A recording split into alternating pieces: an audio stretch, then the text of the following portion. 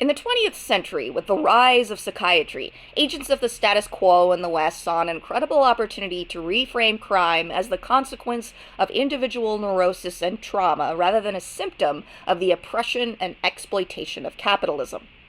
Film noir as a genre has always explored psychological crisis and the motivation behind crime. As a result, we will discuss a subgenre, the psychiatric noir, which often intersects with the crime, gothic, and mentalist subgenres of noir. When you watch these films, you can feel a certain naivete, that those who embraced psychiatric solutions to crime had such compassion for criminals that it became sentimental. Pity for a criminal's abusive childhood became a way to absolve the perpetrator and present to society a solution for crime that felt good.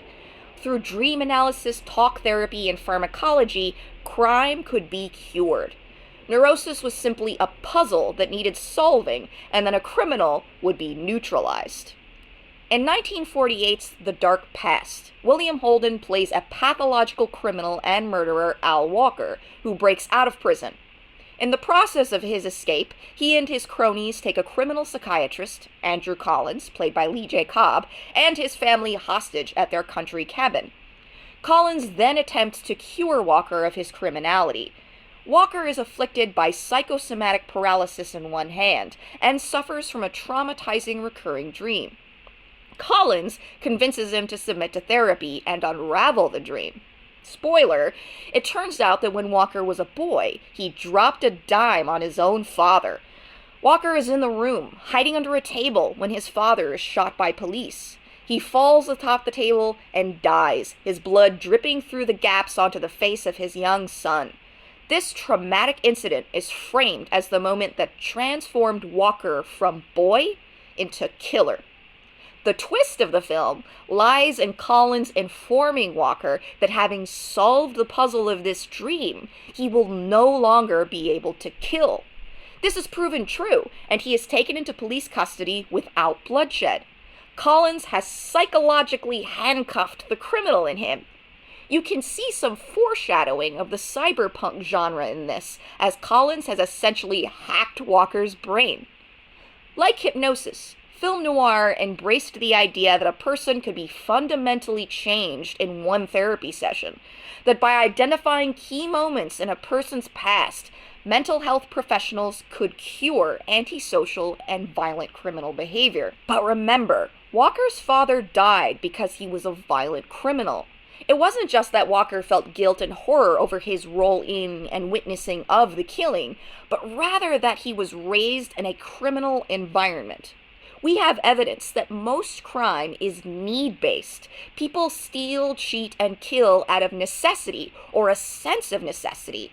In our capitalist society, we need money to survive. If you don't have it, you'll do almost anything to get it. If Walker had, after the death of his father, been placed in a loving home that provided for his needs, would he have grown up to be a criminal? Not likely.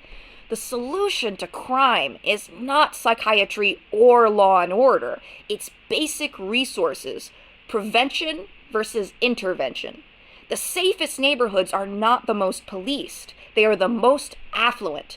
But to provide everyone with a universal basic income, free healthcare, free education, and safe and clean neighborhoods would eliminate the permanent underclass that is required by capitalism.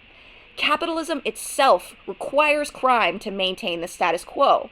In the 20th century, the West found a way through psychiatry to absolve capitalism of this ongoing outrage and instead indict individual criminals and their parents for all of society's ills.